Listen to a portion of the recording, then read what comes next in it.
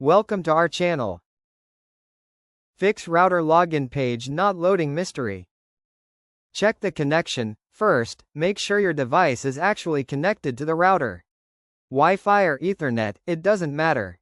If you're not on the same network, the login page won't even show up. Use the right IP. Not every router uses the same IP. Some are 192.168.0.1, others 192.168.1.1, some even 192.168.100.1. Check the label on the back of your router, it usually tells you.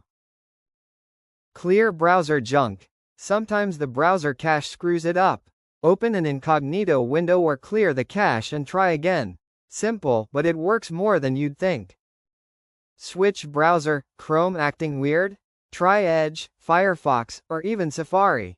I've had times where one browser refused to load the page, and another opened it instantly. Disable VPNs. If you've got a VPN running, kill it. Same with proxies. They mess with local IP access. Router login only works if your device is directly connected.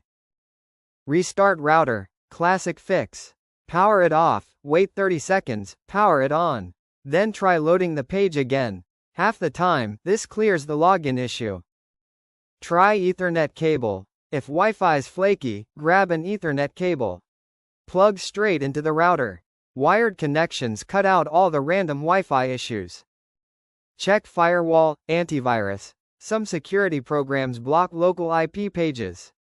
Temporarily disable them and reload the page. If it works, you know the culprit. Use default gateway check. On Windows, type ipconfig in command prompt. Look for default gateway. That's your router's actual IP. Use that in your browser. No guessing. Reset as last resort. If nothing works, press the reset button on the router. Hold for 10 to 30 seconds. It'll wipe settings, but you'll get the default login page back. Only do this if you've tried everything else. Thank you for watching.